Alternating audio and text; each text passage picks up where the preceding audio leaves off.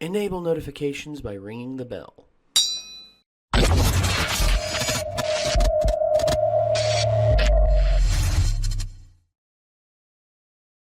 Well, we did an Everything Great about a CinemaWins video. Wait, you already did one? Yeah. Then why are people still asking me to make you do them? Ha ha ha.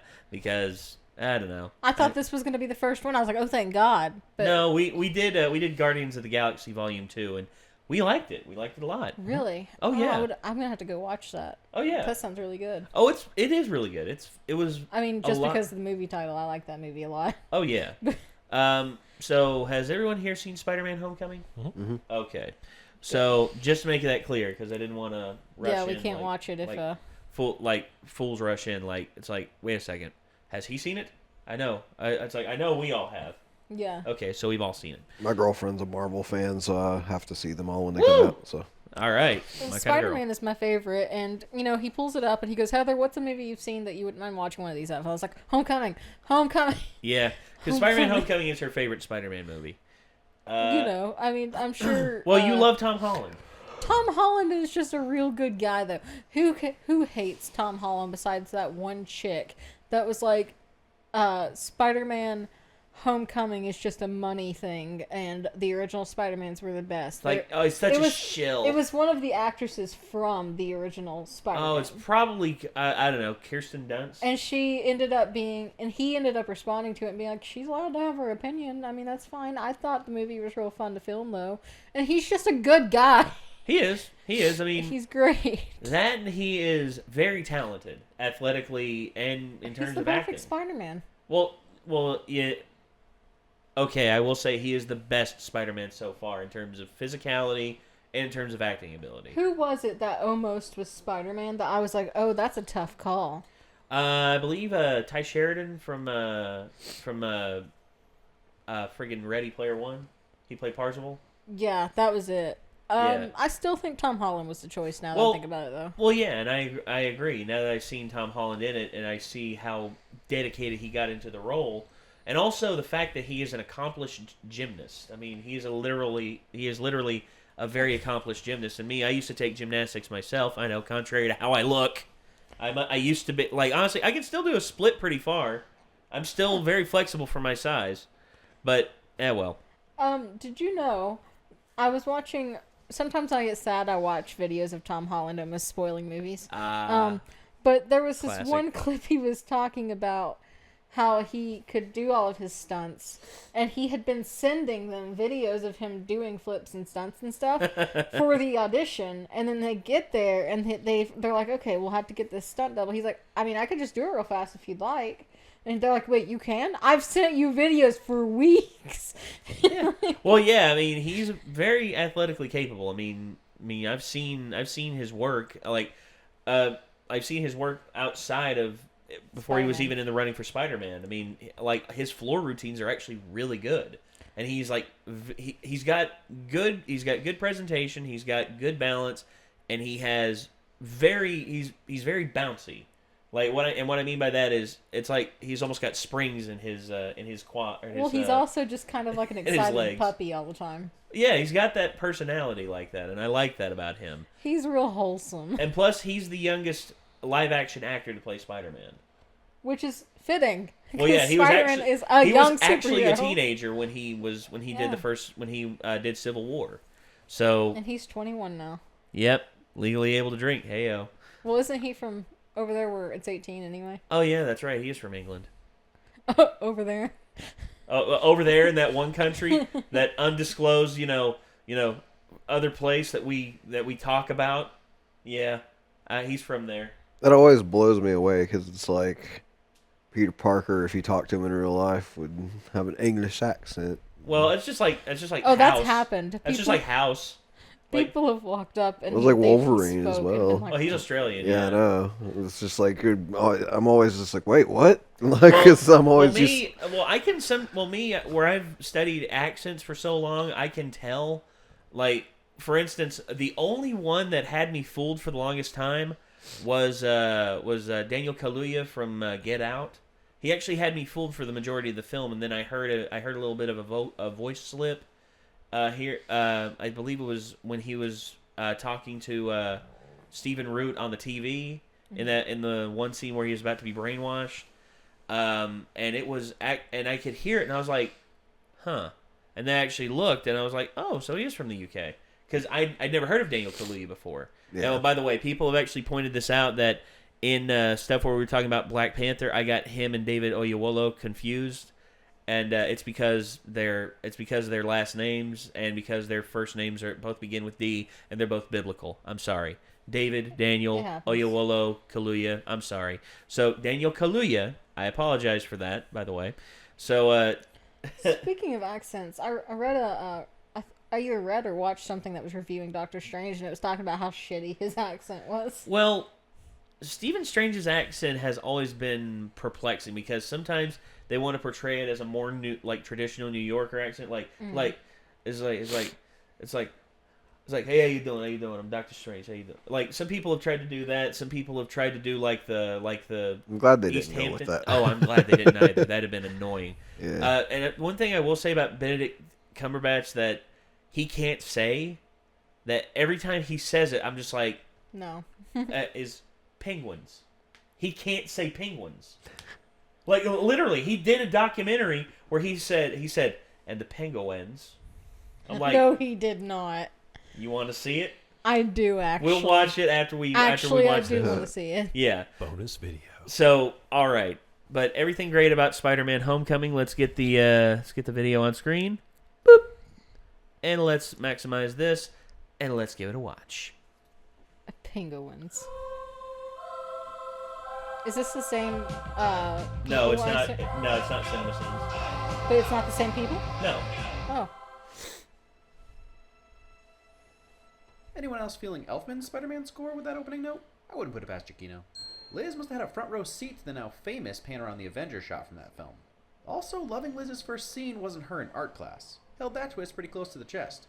Even if you were smart enough to connect that being the head of the Homecoming Committee means she's probably creative. Kid's got a future. In an age of cinematic universes where the slightest continuity errors between different films with different casts and different filmmakers can get you lynched, this Chitauri Leviathan's final location is pretty close to where Hulk and Thor landed on it in Avengers. It's time we change too. Times Square. Shortest origin story ever, and I do not hate it. We don't need to see the Vulture suit being built. We get it. He's a badass. Can you hear me knocking? Business is good. Well, yeah, I mean, you always, it's a typical Scorsese move. Start with the Rolling Stones and just run with it. Theme. They reworked the 60s cartoon theme. I thought that was really good. Yep. The only complaint is that it isn't used again. New York, Queens. It's a rough borough, but hey, it's home. Why are you narrating in that voice? Because it's fun. One of the best things this film does That is send Peter was- Parker yeah. back to high school and more than just having him actually be a sophomore. It starts right here with this childlike, goofy narration. And here's your payoff to the little kid in Iron Man 2 wearing the Iron Man mask being Peter Parker. That's it. The globe from the Stark Expo. Worth it. So seeing this made me go back and watch the That's airport actually a fight good through reference right there. I like research. that. And the best one I could come up with was telling you that it made me go back and watch it. Inspiring repeat viewings of other films when. Also, it lines up pretty well. Okay, the only one that doesn't line up is the Ant-Man one, because the first thing Peter Parker says after Ant-Man turns big is, holy shit. Whereas in this, he says, oh, he's big now, gotta go. I'm like, nah, come on. Missed continuity error. But oh well. There's a reason for that, though. Regarding ratings. And every response inside comment is just perfect. Well, I mean, He's they a high could have school cut kid it out who's with just him going stoked to be like, invited to the holy, party. and then have it cut out. True. What are you wearing? Something skimpy, I hope.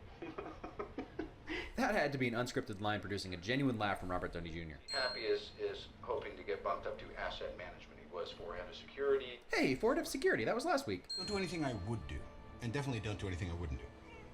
There's a little gray area in there, and that's where you operate. Superheroing advice. And let's talk about the continuity of Tony's healing Shiner from Civil War. That's it. It's there. Hug it. That's not a hug. I'm just grabbing the door for you. We're not there yet. Of course, Peter's gonna have Spoons, the underdog, pumping into his brain. He's just a kid who wants to be taken off the Avengers bench. Do you have a date for homecoming? Thanks, Jason, but I already have a date. Okay. Yeah. So relatable. And this explains why Betty doesn't end up in front of the camera at the Bugle. I get that this is like a STEM specialty school, but in more, let's say, pandering hands, we definitely have some high school cliques to observe. Because everyone making movies over a certain age believes that's how high school relationships work. You just fall into your designated group for 4 years and can't leave it. Good job on those spreadsheets. That's true. Here's a I little tried to point. leave it.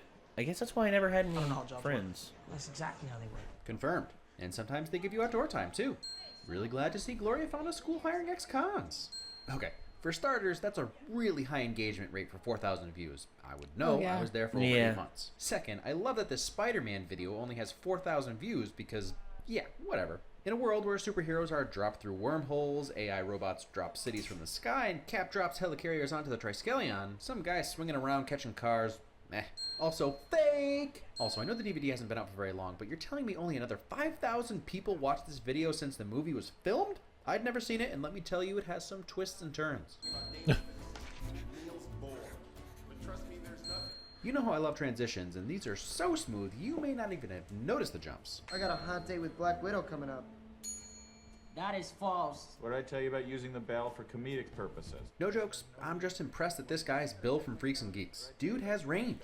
Also, his buddy Sam, aka John Francis Daly, helped write this movie. A lot of you are upset that I used the other version of Mr. Aziz, so as way of an apology, even if we've departed from the Iron Man 1 groundedness in some other films, it makes sense that a film featuring Iron Man in a suit made by Iron Man is going to be as realistic a representation as possible. And I love it. Changing into tights takes time. Also, I mean, can we agree? Coolest Spidey suiting up to date. I'll be honest that I was a little taken aback by the jerky movements at first. But on further thought, it makes sense with how jittery and excitable this Peter Parker is. He's pumped to get superheroing. You're that Spider guy on YouTube, right? Call me Spider-Man! Okay, Spider-Man, don't flip!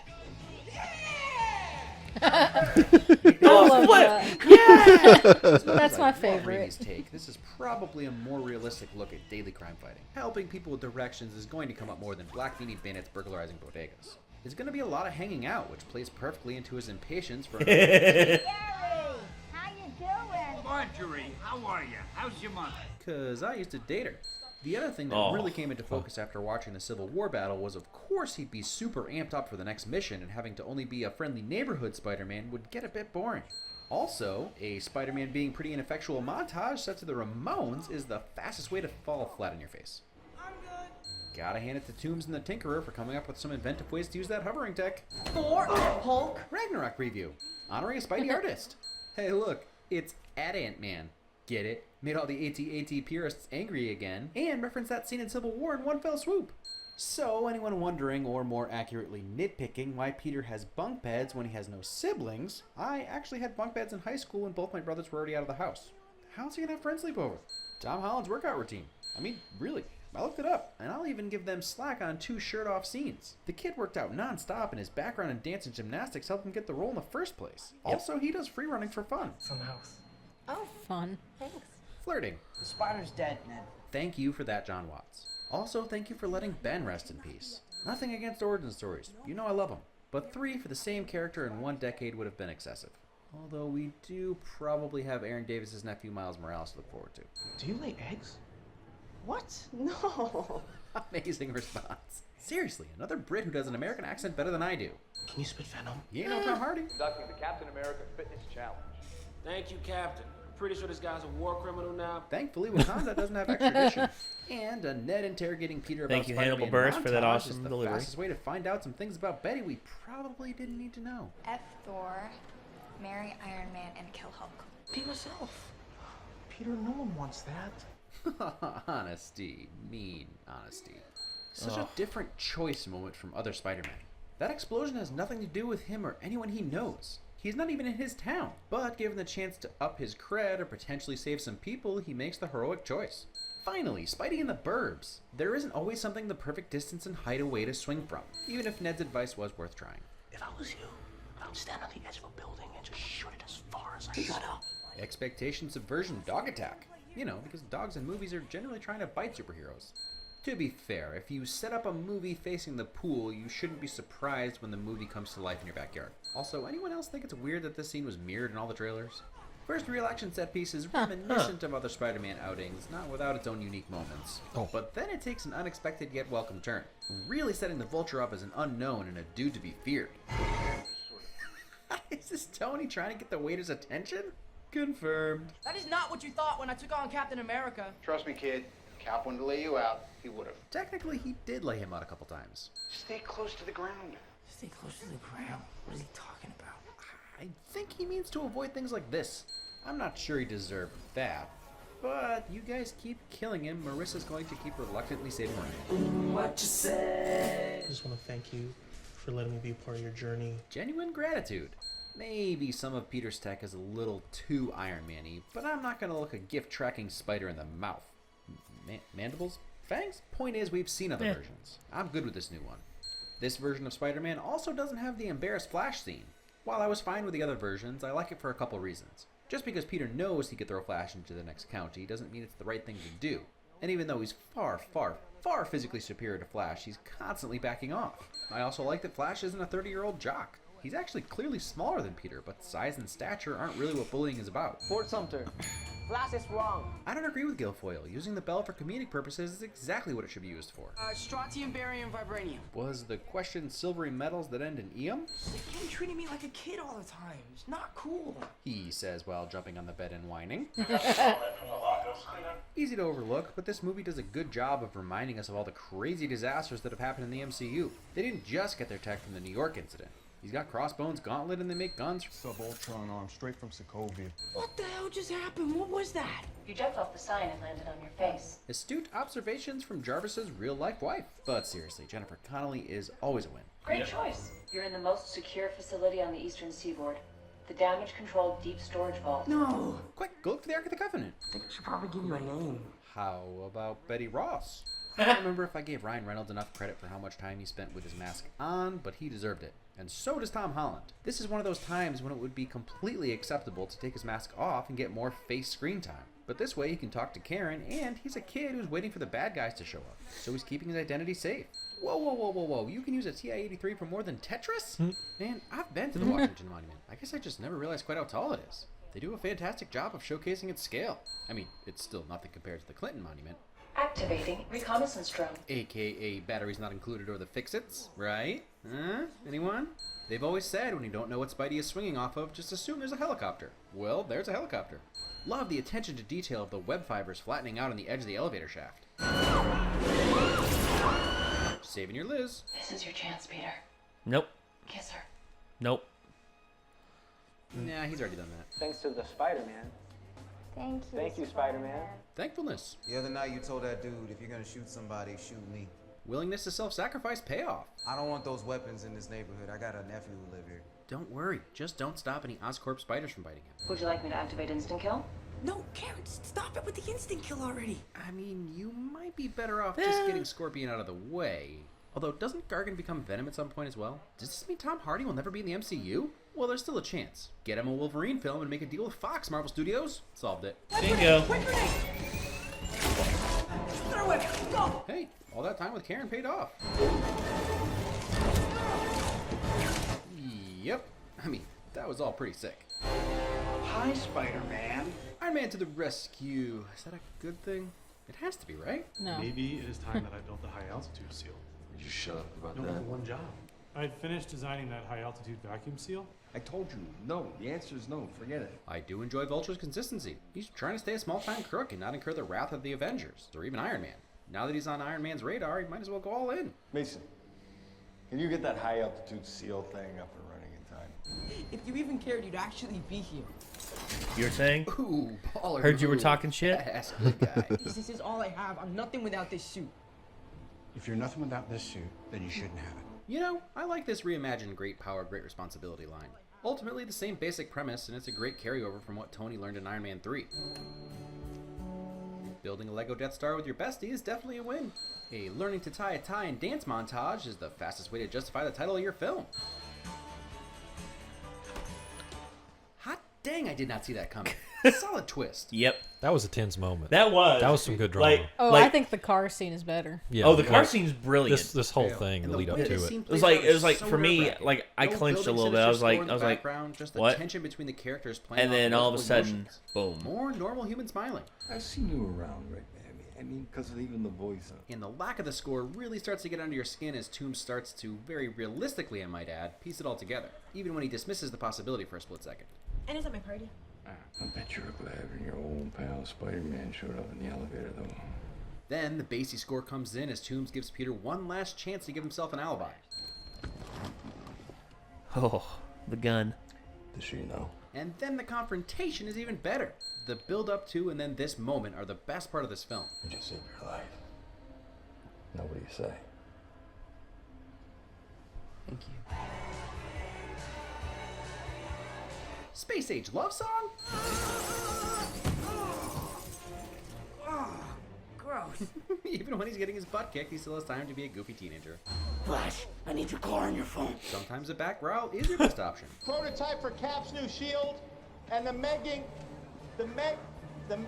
Thor's magic belt. I get that these are just Mjolnir. Easter eggs, but That's his hammer. I'm happy Tony, or at least the Avengers R&D division, maybe, is still working on Cap's gear, war criminal or not. So I'm sure people will say, how did Vulture know to set a trap for Peter when he just found out who he was? Well, I'm sure the second Peter got out of his car, he sent Shocker to the school, which is only a few minutes away based on how fast they got here. And then assuming Shocker would probably fail, he came up with this plan. It's not super involved, and he hadn't even had time to warm up the wingsuit yet. Down here! I'm down here! I'm stuck! I'm stuck! I can't move! I can't... Ugh, this film does a great job in this regard anyway, but what a stark reminder that Peter is just a kid. Even Spider-Man's instincts are to call for help. You really feel for him. This is making me sad. In addition to being read out of the comics, it's such a triumphant moment of Peter really understanding what Tony was talking about. I've heard complaints that his suit in this film makes him a little too invincible, but I think that was the point. That's his arc. It's all been leading to this moment when he has to be Spider-Man without the suit, without Iron Man, without any help at all. He needs to be more than the suit. This final action set piece is fun, intense, and still a small-scale conflict, even if it's a big plane with high stakes. I'm just happy they didn't go blue beam to space. That said, they captured how powerful the speed and wind on top of the plane would be and how everything is pretty much constantly trying to kill you. And Peter does save a ton of people by making it crash on the beach.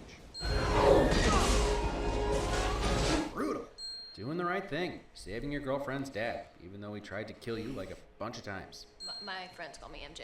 Aren't these your friends? Whatever, just dye your hair red before the next film, please. Or, go get it. It's not necessary. Actually, it turns out it was the perfect sort of tough love moment that you needed, right? To urge you on, right? Wouldn't you think? Don't you think? Let's just say it once. Surrogate parenting win-ish. Something that bugged me at first was that although the ferry splitting in half and the plane crashing were both equal parts Peter's fault and not his fault, Tony takes his suit away after the first and lets him join the Avengers after the other. What if the plane had crashed into a stadium and killed thousands of people? Is the outcome what actually mattered? I get that without his interference in the plane, really bad things would have happened. So he did save the day, whereas it was just an arms deal on the ferry. But I do think taking the suit away was a tough love moment to spur Peter on, and in doing so, he proved himself worthy. And I'll introduce the world to the newest official member of the Avengers, Spider-Man. Dang, you mean the Iron Spider? I'd rather just stay on the ground. It's kind of a Springsteen-y working class hero vibe that I dig. Well, Tony can spin anything. This is a perfect moment for Peter and really honors what this film is about. Want to be a high school dropout? I am so far beyond high school right now. It took the events of this movie for him to realize what he was missing, that some of this is over his head for now, and that maybe he should stay closer to the ground. Exactly the face you want your future wife to make. At least her hair is getting closer to the right color.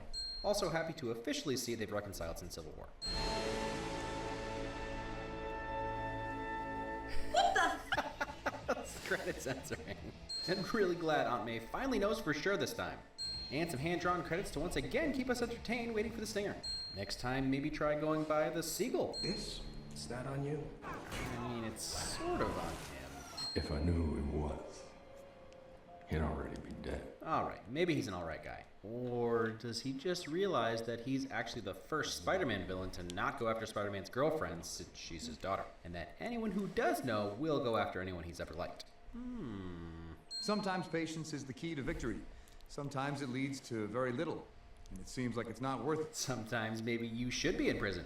How many more of these? I feel like I got rickrolled. However, he shot so many of these. I can't even believe they got him to do it. Totally makes up for it.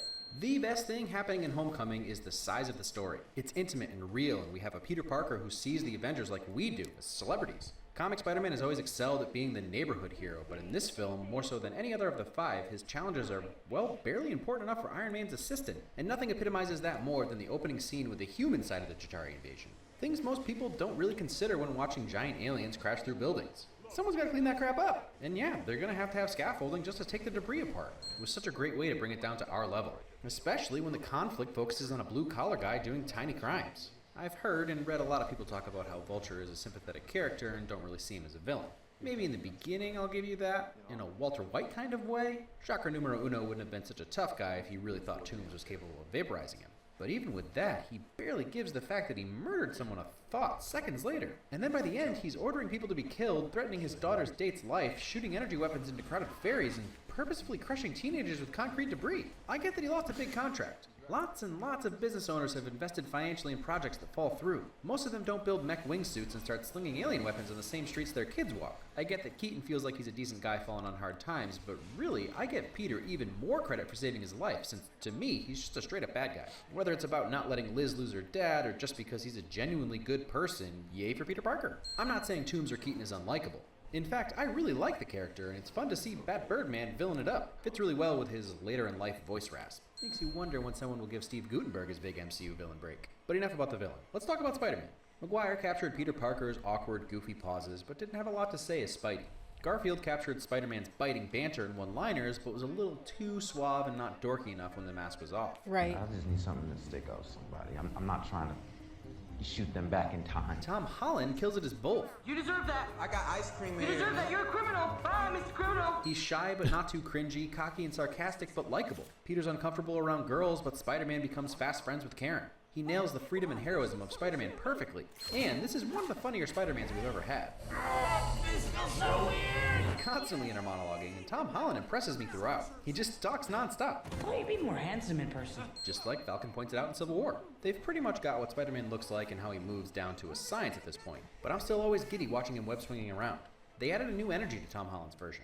And as far as taking a green feathered foe into live action, this is way cooler but still honors the original since, he's still scavenging remains, like a vulture. I feel like I didn't talk about the action scenes too much. They're all great, even if every single one of them was in the trailers. I think I'm just getting a little desensitized to well done action, but all the CGI was flawless, explosions were fantastic, and I really enjoyed the final showdown.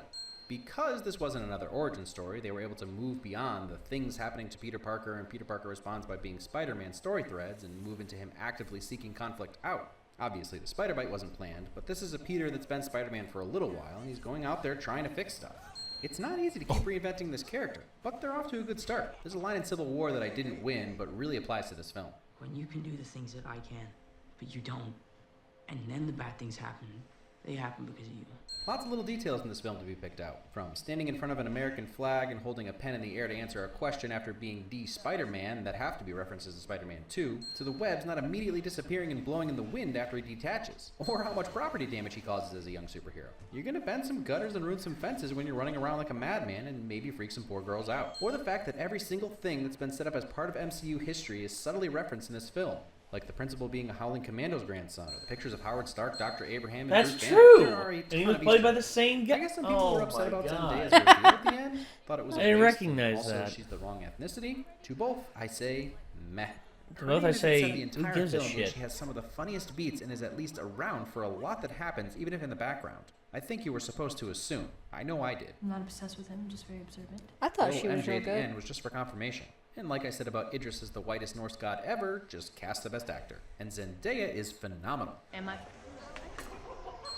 Let's see. Tom was great, Keaton was great. Ned, Jacob Batalon was an amazing guy in the chair, and we got a real sense of his and Peter's friendship. Marissa Tomei was also awesome. I have zero qualms about a young Aunt May at this point. There's something more relatable, and you get the feeling that Peter... Respect isn't the right word because even the older Mays garner respect, but they're almost like buddies. Like they're going through life together, and it's really sweet. Other than that, Laura Harrier's Liz was a fine one-and-gone love interest. I'm not sure what to think about the timeline mess-up. It's possible, though unlikely, that it was just a typo and no one thought twice about it. I mean, Happy says... I've been carrying this since 2008. So maybe they just weren't thinking? Still, I think Feige's better than that. It's most likely because Liz being 13 or 14 years old when she drew this picture is silly, so they de-aged her with a jump. My real theory is that Strange messed the timeline up, and we'll find out that he was in a loop for 4 years or something. Either Or way, whether it was deliberate or not, they maybe have to Happy was address just shipping him for that so, long. good luck with that. Maybe. I'm sure they'll come up with something awesome. Alright, showing my hand a little more than normal because I know some of you are at the end of your Marvel rope right now. I'm just really excited for Ragnarok and wanted to go through all the MCU films to get ready for it. So after next week, we'll have a Marvel break. And since next week should be pretty obvious, here's a frame from the week after.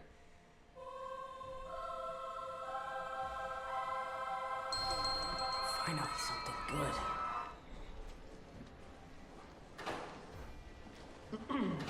guys. You got your PIN number?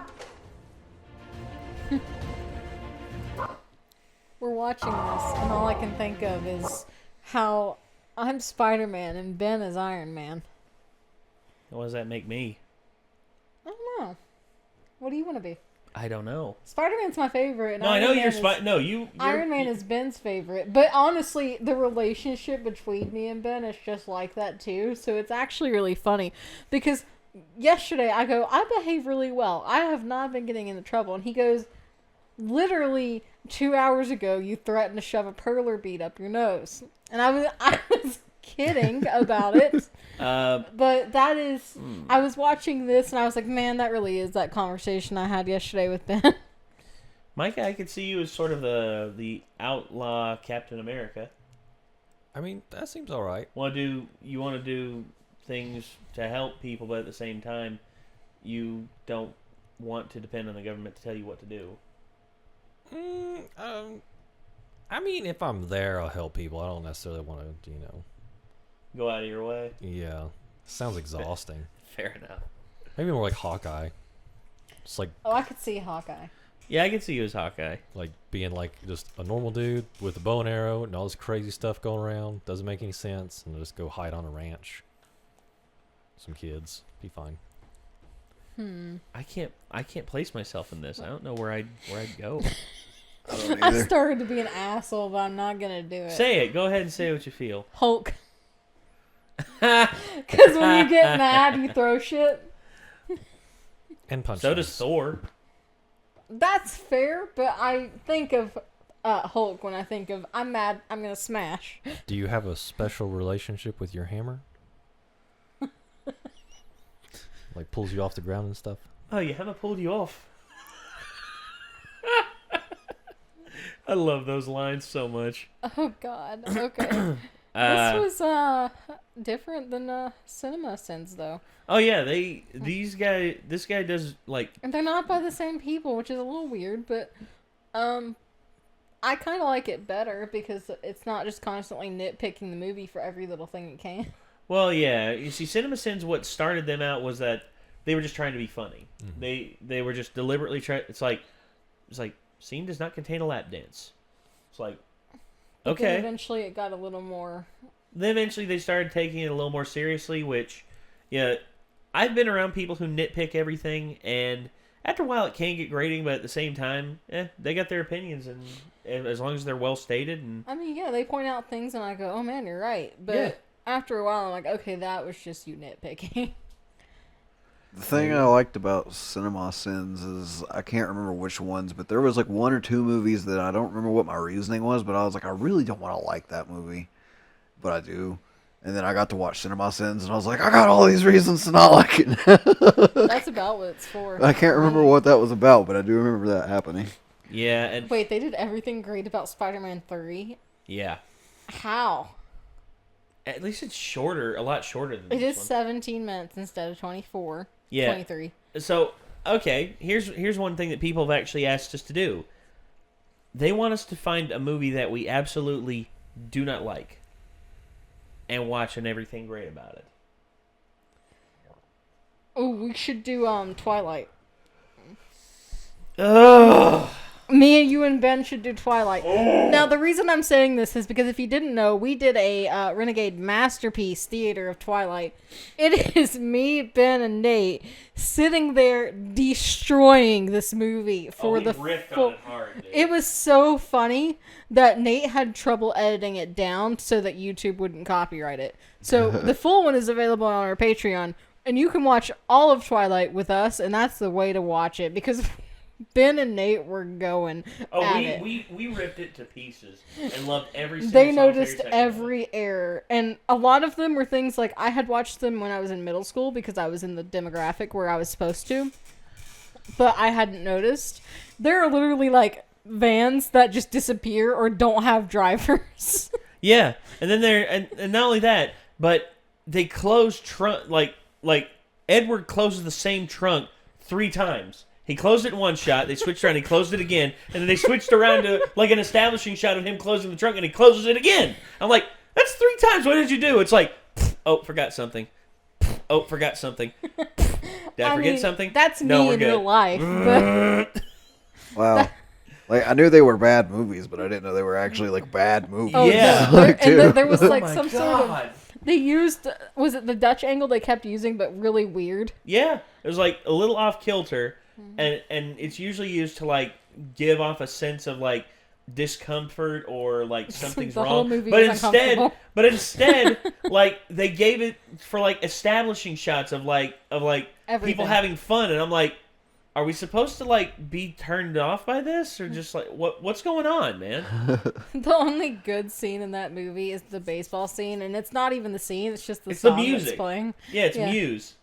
Yeah, that's the only good thing about that movie is the soundtrack. Yeah, that's because the Matt Bellamy's lady who God. wrote the books is a big Muse fan, and so I had to get crap from people because I was a huge Muse fan before Twilight was a thing, and then people were like, "Oh, you know that's a Twilight thing now, right?" And I'm like, "No, it's not. It is. Luckily, no, it isn't. Shut up." Luckily, that stereotype has died back down. Thank God. Yep. You see, here's the thing. I liked Muse. Like the first album I heard of theirs was Absolution. I was just like, wow, what is this? And who is this guy who can like hit these falsettos? It's just like going crazy. It's good stuff. That's what it is. Oh yeah, exactly. Matt friggin' Bellamy. Matt Bellamy is crazy talented. There are two bands me and Nate agree on, and it's Muse and Green Day.